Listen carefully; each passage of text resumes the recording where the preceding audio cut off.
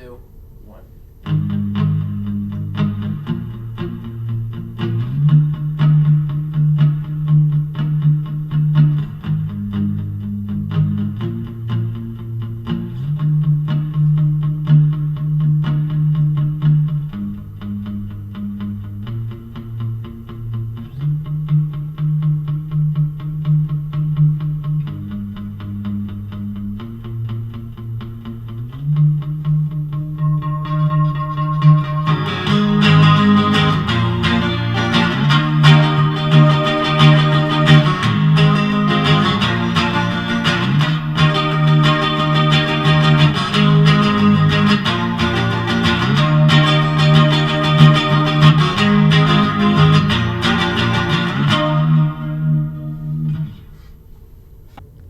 Hello and welcome to Green and Gold Radio. I'm your host, William Plavin Masters.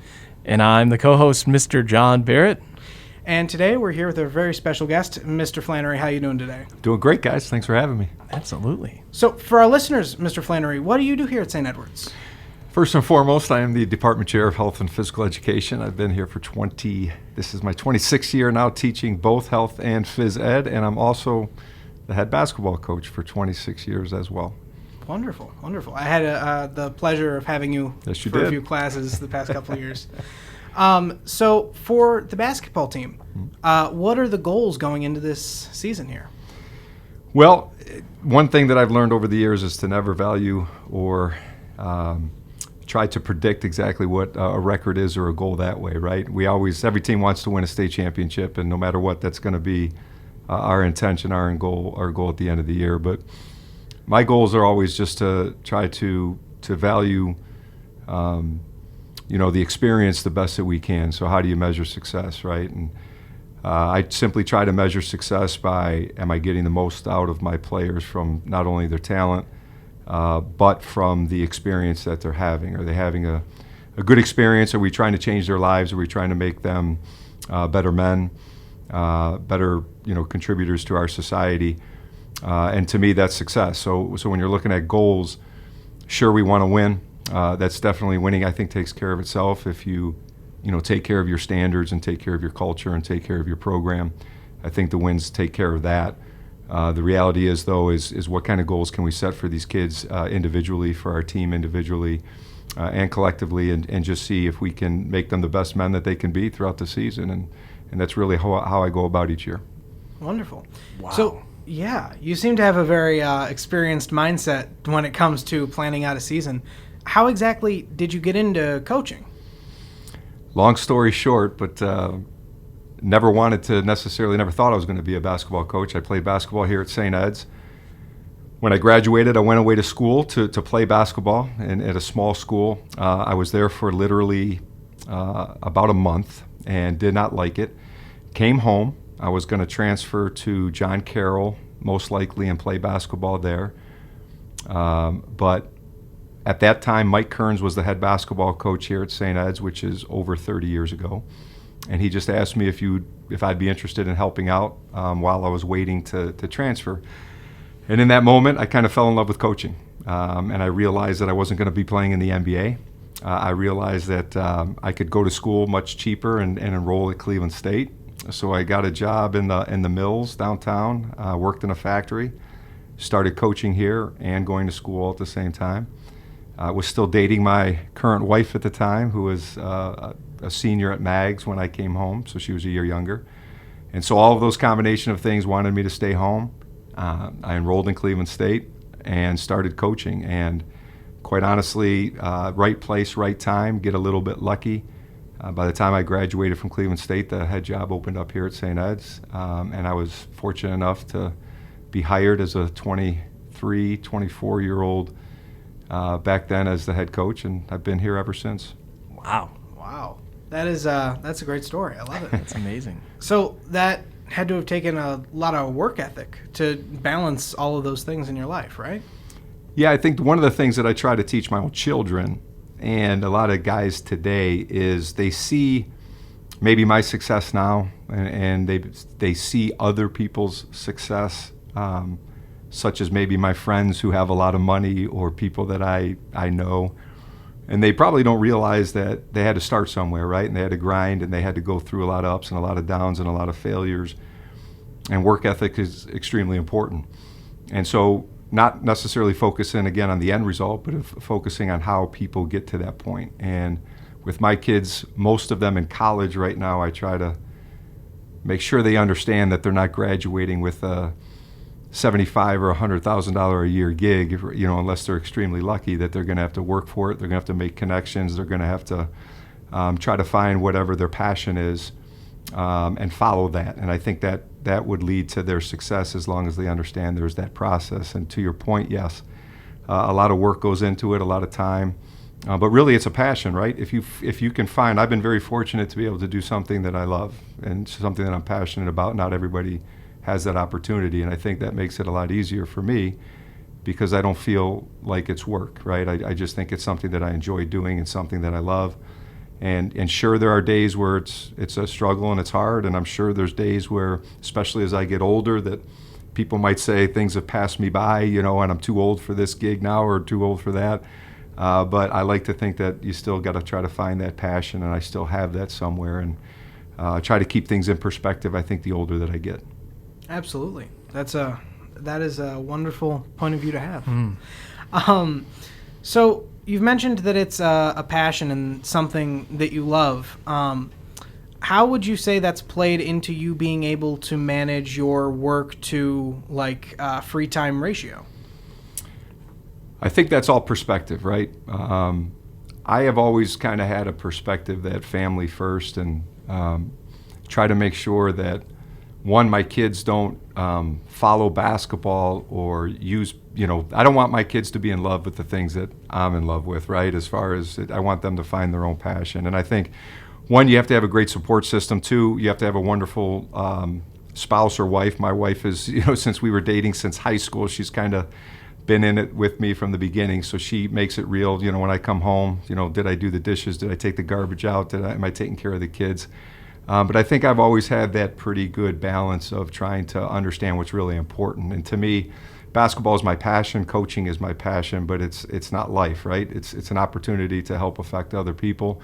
But I need to try to, one, do what I enjoy, in the off season or in my off time. I have to make sure that I'm spending enough time with my wife and children, and make sure that I'm spending enough time, keeping a good balance into what's important. And I'm a big believer, and have been probably from the beginning, that time off sometimes is just as good, if not better, than time spent. It's not, I don't need to watch, 50 hours of film every week. I don't need to practice 5 hours a day in order to be good. You have to be efficient in what you do.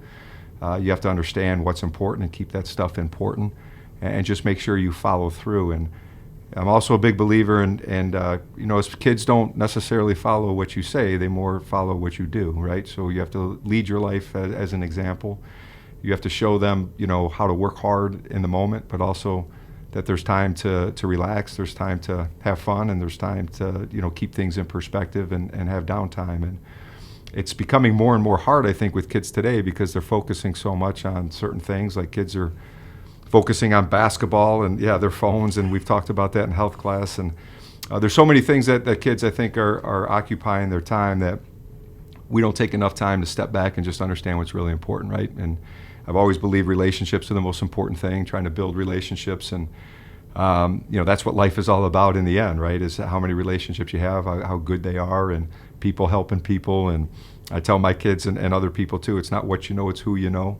Being able to find a job, being able to get support when you need it. All of those things are just things that I've always believed in, and things that I try to follow through in my everyday life. And it helps a lot at the basketball court to try to keep that vision and that focus that, winning, I love to win. And trust me, if we were on the basketball court right now, or we in a game, I'm as intense as anybody. I get pretty fired up. I get pretty intense.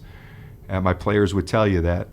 But that's just in the moment, right? And you try to keep everything in perspective, because you have to be competitive too, and you have to have that drive and that focus, and you just have to keep a good balance. Absolutely. You have mentioned in class a few times, and I've seen on Instagram and social media, that you've coached Team USA. Mm-hmm. And speaking of, it's rather who you know, Who have you met through that program? Great question. Man, USA is obviously a who's who of basketball as it relates to the guys now. I have been very fortunate that I had the opportunity to coach most of these guys at the high school level. So I'm on the USA staff for, it's called the youth development, which is basically 16, 17, 18-year-olds, high school age players. And I've been doing it for 20 years now. So if we go back to my first group of guys was LeBron James, Chris Paul, and Carmelo Anthony when they were in high school. So 2001 was my first year. Those guys were juniors and sophomores. And that was the first group I have coached. Now, ever since then, do I coach them all? No, it's only the guys that have been with USA Basketball. Most recent, the group I had that is in the NBA now is Jason Tatum, Josh Jackson, Terrence Ferguson. There's a group of guys, Harry Giles was our team a few years back. And just recently we won gold I was in Mexico this past summer, and so that'll be the next crop of guys that you'll see 3-4 years from now. So I think one of the reasons they like me at USA Basketball and they keep asking me back is kind of going back to who you are. I'm not, I don't know if jock sniffer or whatever is the word for it, but to me these are just young men, right? These are young men that are good basketball players, and I kind of treat them as such. I'm not somebody that's there that really care about their athletic success. I'm there to help them. I'm there to teach them. I'm there to coach them, and I go in and I go out. And I've had some developing relationships with some of these guys through the years. Some of them I never see again or talk to. But when we go in there, that's my job, and I do my job. I take care of the guys. I think the kids respect that. The people at USA respect that. And I think, not to make a crazy announcement here, but I think this next year we're going to Spain to play in the World Games, so I'll be coaching one more year. And quite honestly, that'll probably be my last year with them by my choice. I've been doing it for 20 years. It usually takes a month to sometimes 7 or 8 weeks a year. That's a lot of time, when you're trying to, work on your program here at St. Ed's and build your team here, and you're teaching and you got kids and you're doing all that stuff. It is tough to kind of manage that. So this will probably be my last hurrah with USA Basketball, but I'm pretty excited about it. Wow. That's a very breaking news, right? Yeah. We've never had that on our show. No, nothing ever of that caliber. So I remember last year in health class very vividly, you talking about your favorite play, Hamilton, in class, and everyone kind of was a little surprised that the head coach of the Team USA Basketball was so cultured and diverse in your enjoyment of entertainment. Why Hamilton? It's a great question. I don't think you can necessarily choose what you like, right? Sometimes you just see something and it hits you and you're like, wow, that was pretty awesome. And I haven't seen, I have to be honest, one, I'm an avid reader, so I do read a lot of books. A lot of people don't believe that. You may or may not know we wrote a book called Worthy of the Jersey, which is about one of our seasons here at St. Ed's. So that book is, I think, still in the bookstore. There's still some available. Great book. So I've written a book. I read. And I haven't gone, like Phantom of the Opera was probably my favorite play in person that I've ever seen until a friend of mine invited my wife and I to go see Hamilton. And I was shocked that I enjoyed it. I was shocked at how good the music was. I was just shocked at how much did I really like it. And believe it or not, I can the playlist is on my phone. It's I listen to, I memorize a few of the songs already. I mean, that's how much I'm into it. And as you know, I spent some time at the end of the semester showing Hamilton to the class to try to give them a little bit of culture. Yes. And I think one of the greatest things about teaching health that I've learned through my 25 or 26 years is that you can relate anything to health class.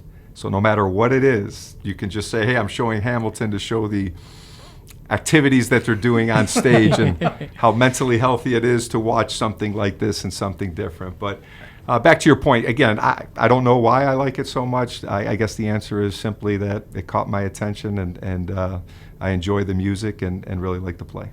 Right. That's great. Mr. Barrett, are there any productions that you particularly enjoy? I love Hamilton. I loved Big Fish, put on by the Edwardian Players last spring. Right. And a favorite, West Side Story's up there. Oh, man. That's already a good list. West Side That's a good Story, list. Hamilton, Big Fish. Yeah. Yeah, Yeah. absolutely. So while we're on the subject of entertainment, Mr. Flannery, you had mentioned in class again. I remember. That's good. Well, these are the things. I'm glad that, I hit somebody. Yeah. Right? Somebody remembers. movies and Yeah. how like all the favorite movies these days are like superhero movies. What's your favorite movie then? My favorite movie is an easy one. It's Shawshank Redemption. It's the easiest one to. That was just on TV this weekend. Was it? It's Yeah. always on TV. It I mean, is. if you have to pick one movie, and how again, we all have different genres of things. There's probably my favorite sports movie in this movie. But I think how you choose a favorite movie is if it's on TV and you stop everything and watch it. And Shawshank is one of those things that every time it's on, I will stop whatever I'm doing and I will watch it. And I could watch it again like today or tomorrow and still enjoy it, really appreciate it. I will say on Netflix that I just watched two things that I had some time right before basketball gets started next week. Ted Lasso, I saw on Apple TV, which I recommend highly to anybody. It's a great movie, or great series, great show. And I did, for some reason, got caught on Squid Game. And No I way. did. I watched it. And I have to say, I liked it. Yeah. So I watched those two things within the last 2 or 3 weeks, and I have to give a thumbs up to both of them. Let's go. Wow. I've That's not incredible. committed to Squid Games yet. I haven't either. My I've wife, watched my the first wife half. and daughter, I will say this, my oldest daughter, Grace, who's at Miami, and my wife, I think, watched or began watching it, and they both had to stop and said it was too disturbing, and neither Really? of them. So that's what piqued my interest. So, That's great. But I did watch and I did enjoy it. Yeah. Wonderful. Wonderful. Mr. Barrett, do you have a favorite film? Oh, Goodwill Hunting. Goodwill Goodwill Hunting is an all-time favorite. Mr. Williams, Mr. Rents, and I quote it all too often, and probably need to be careful as to where we quote it because it's a raunchy movie. But that movie moves me in a way that a few can. And then Criminal Minds. I'm big on Criminal Minds, which The show? yeah, Yeah, it's good. Yeah, not in general. Yeah, but that is often too disturbing. Yes. So I'll have to take. I can only watch that every once in a while. Stranger Things 2, season 2. I just picked it up again after not watching it for 3 years, and I stayed up way too late binging it this past weekend. It's great, all Yeah. good stuff. Everything we teach our kids in health class not to do, We end up we tend to do. Yeah. The latest binge watch for me has been Seinfeld since it released on Netflix. Yes. I mean, I watch Seinfeld every night. I think it Such a good that show. TBS It's or great. something. Greatest has to be one. Now, Curb Your Enthusiasm now with Larry David, the creator of still Seinfeld. gotta watch it. It's basically the live version of Seinfeld. He's the guy that wrote it, and Yeah. Seinfeld is really about his life. And now he has his own show. It's pretty good. Really? Yeah. I had no idea. Yeah. Yeah. Jerry, the cantaloupe. You gotta try the cantaloupe, Jerry. I was Kramer for Halloween one year.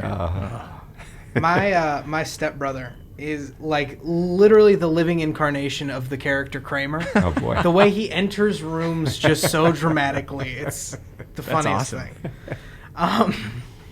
So, Mr. Flannery, let's talk a little NBA. All right. All right. So, a few topics. First off, who's the NBA GOAT? Greatest of all time. I mean, it's Michael Jordan. Michael Jordan is the greatest of all time.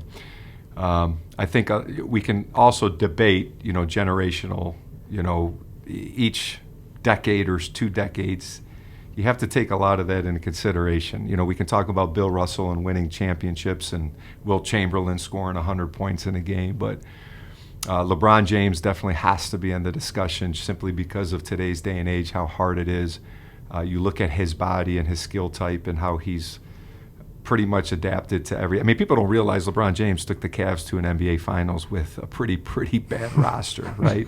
Because everybody argues like he's got to win with this guy and that guy. Well, Michael Jordan won with Scottie Pippen and Dennis Rodman and had a pretty great supporting cast. But if I think of the GOAT, I think of Michael Jordan. I want to say Larry Bird because he was my favorite player growing up, but it's hard to. Michael Jordan wins 6 NBA titles out of 6 times or 6 chances. And then I would say LeBron James is a close second. All right. Mr. Barrett? Ditto. Ditto.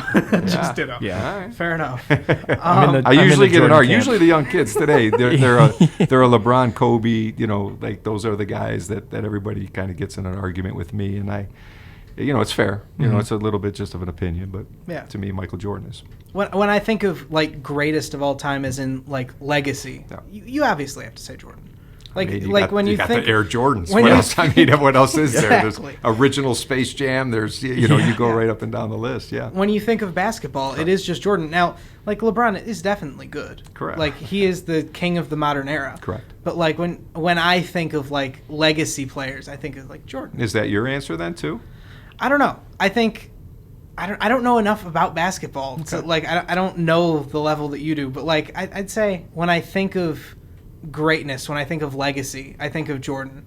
And I'll probably say that the GOAT is LeBron in like 15 years. I think you're right about that. I think that could change, yeah. When I'm thinking about like, who is the most prominent figure ever in basketball, it's Michael Jordan. No question. Yeah, as of right now. As of right now. Exactly. So how would you say the game of basketball has changed from the Jordan era to the LeBron era that we're in right now? Even in the last 5 years. Even in the last 5 years. Yeah. I mean, it's a loaded question. Are we talking just the NBA? Yes. Because if we're talking about just the NBA, I think the obvious change is the team and the way the teams are made. These all-star teams are been put together. I think the culture itself has changed so much, and it's affected the game. And I call it, and this is no disrespect, I think this is just the way it is. It's kind of the AAU culture that the group of guys that are in the NBA right now grew up with. And what I mean by that is if they did not like the team that they were on growing up, what did they do? They would change their team. They would go find a team with better players, and it was never thought of or second guessed. That's how they grew up.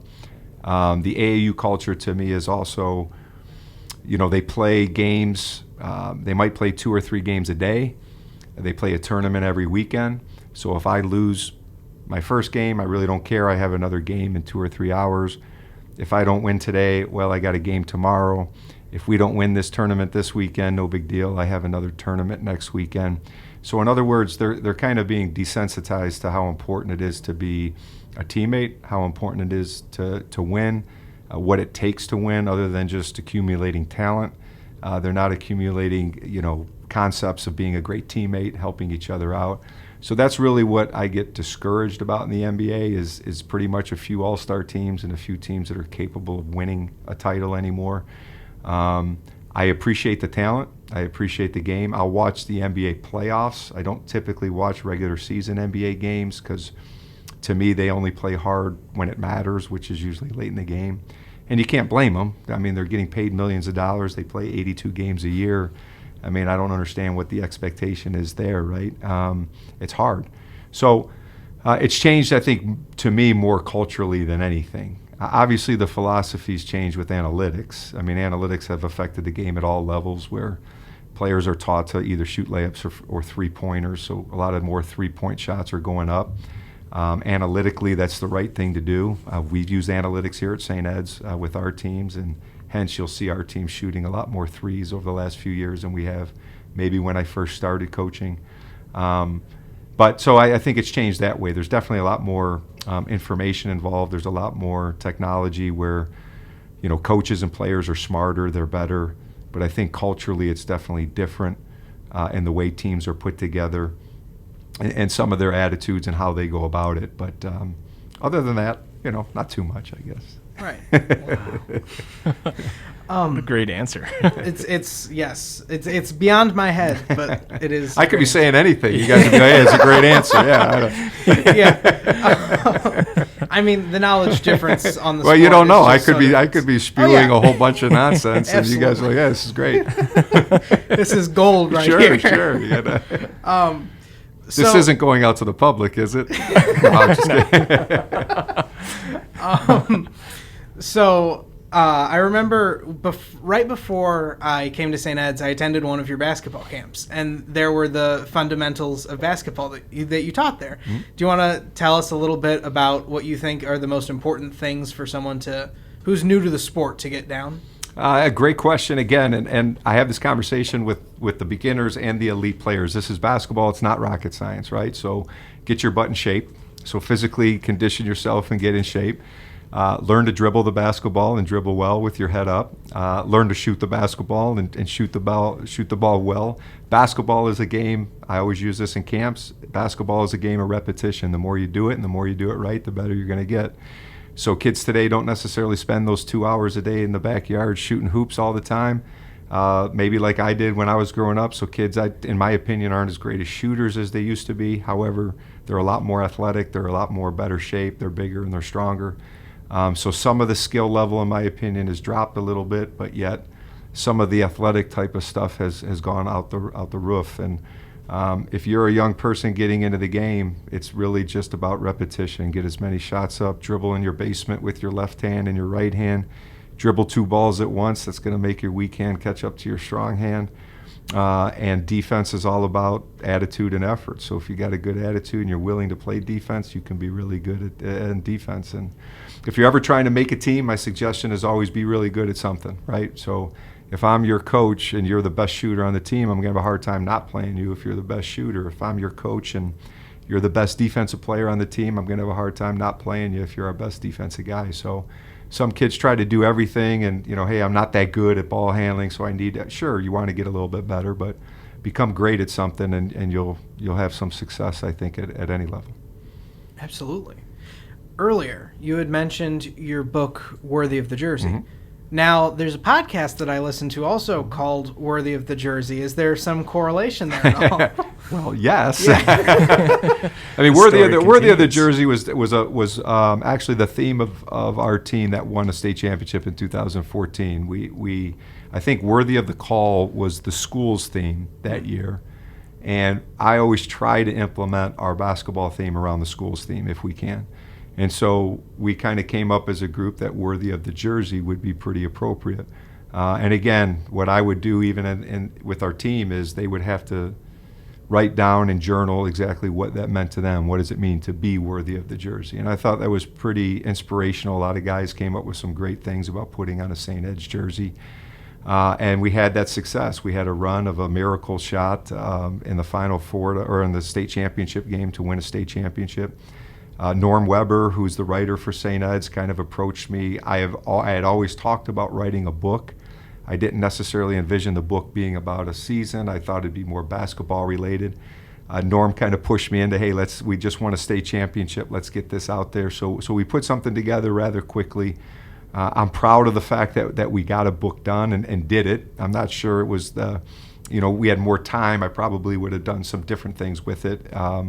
But it's pretty cool that you can say, hey, I'm an author and I got a book out there. And Tim Smith, who's my nephew, who's a member of our 98 state championship team and former player of mine who's also on our staff, he's the one that kind of said, hey, I think doing a podcast is the wave of the future. And this is about 5 or 6 years ago. So we started a podcast with a local company, how we originally started that.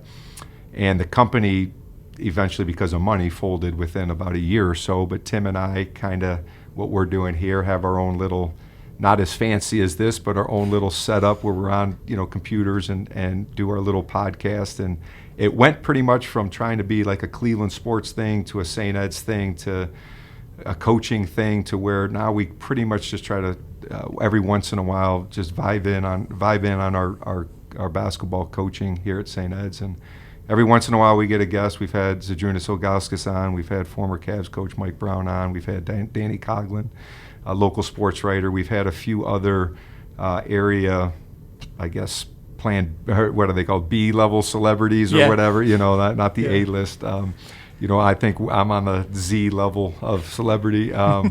So we keep it going. Every once in a while, we had Coach Lombardo on, I think 2 weeks ago, right before the Ignatius game. Wow. So we try to do things like that within our community as well to try to promote some stuff as well. So it's good to see you guys doing this too, because I think this is what people do now. They don't read books as much. They may not listen to a whole bunch, but they listen to podcasts, I guess. And hopefully we can keep this one going too. Yeah, absolutely. Even after I'm gone, I'm hoping Mr. Barrett keeps this going. Right. Absolutely. You've got to write a second book. I was thinking that before. You got to win a state championship. Yeah. You got to win another state championship. But I think I I do have a little bit of a passion about that. Like I think I do want to put out another book eventually, but it would probably be more about maybe coaching and kind of building that a little bit with my philosophy. So if I ever do one, that's what, and it'll be to William and Mr. Barrett would be the dedication on the front. That would be awesome. That'd be so cool.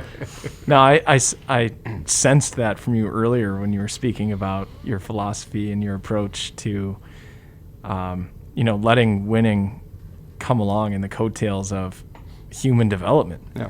And it's such a great irony. Like, oh, you want to win at this sport? Get really good at this. Focus less on winning and focus more on development and growth. And in doing that, you'll win. It's a great irony.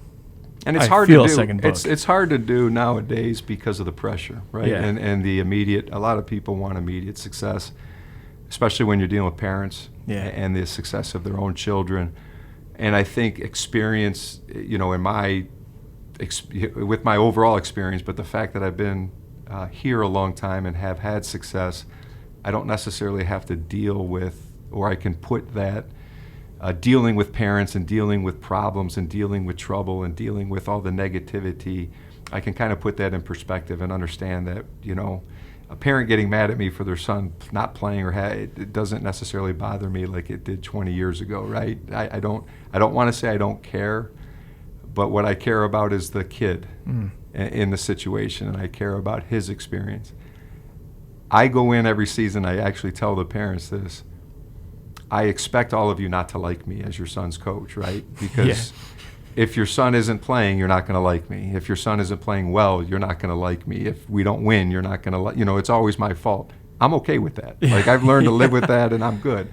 I want to make sure that your sons are okay. I want to make sure that they're having a good experience. You yelling at me or saying things does not affect me at all, so you can hold on to that. Yeah. I want to make sure, and if you have a problem, go talk to your son, because he and I are communicating, and he knows why he's not playing. So I think to my point is, if I'm a young coach and I'm 20 years old starting off, sometimes, like we talked about, we can say now that winning isn't that important. But to a young coach, he's thinking, hey, I got to win in order to keep my job, or in order for people to like me, or in order for me to prove that I'm good. When in reality now, we know that that's really not the case. You have to think and focus on other things that hopefully will allow you to win somewhere down the road, and that's hard to do as a young coach. Yeah. No.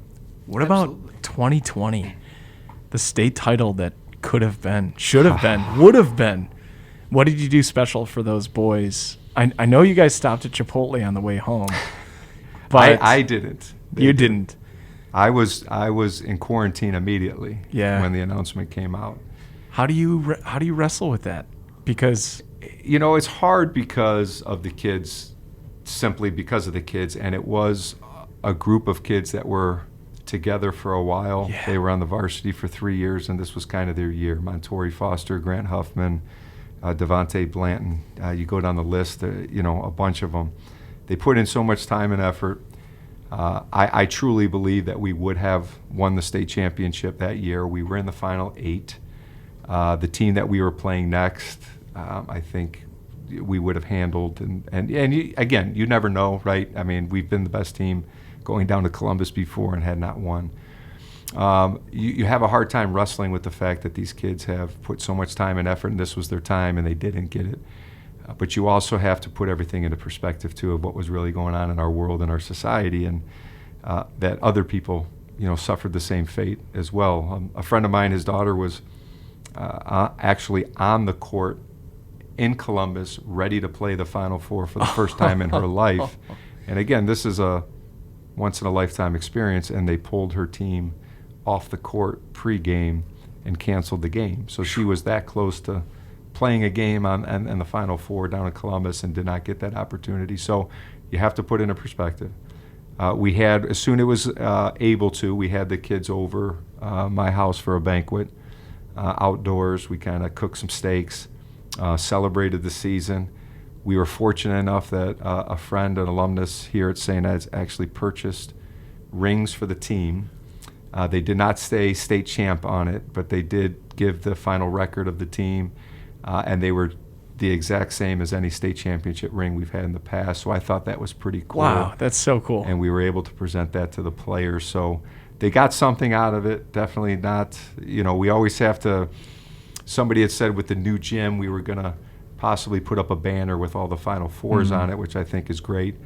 But I also said maybe we should put something for the 2020 team with a little asterisk there, because their season, still wasn't over yet, and they had a great chance of winning the whole thing. So we'll see. Yeah, from a fan and alum, a guy whose classroom is right down the hall from where you guys practice, and I'd poke my head in as I was walking out. That was a no-doubter, I thought. That was a no-doubter that season. There's no such thing. There's no such thing. Chris Berman, this is why we play the game. Correct. But Correct. One team of many great teams you've fostered. I appreciate it. It's nice to have talent. Oh, yeah. That helps. Absolutely. So as we kind of come to a close here, Mr. Flannery, is there anyone you want to give a shout-out to? Give a shout-out to? Man, shout out to you two, first of all, for having me out here. You got to shout out my kids. Sean PJ grads here at St. Ed's. My daughter Abby's going to homecoming here at St. Ed's this weekend. Oh, cool. All you guys out there better take care of her. Nobody go near her. Grace Flannery at Miami, my wife Lori, all the St. Ed's alumni out there. I could shout out a million people right now, so that's a tough one. Wonderful. Well, thank you so much for coming on today. I appreciate it. Thanks for having me. You guys do a great job. It's a blast. Yes. Total blast. Thank you. This has been Green and Gold Radio. I'm your host, William Plavin Masters. And I'm Mr. Barrett. Thanks for listening. Have a wonderful day. Go Eagles. Mm-hmm.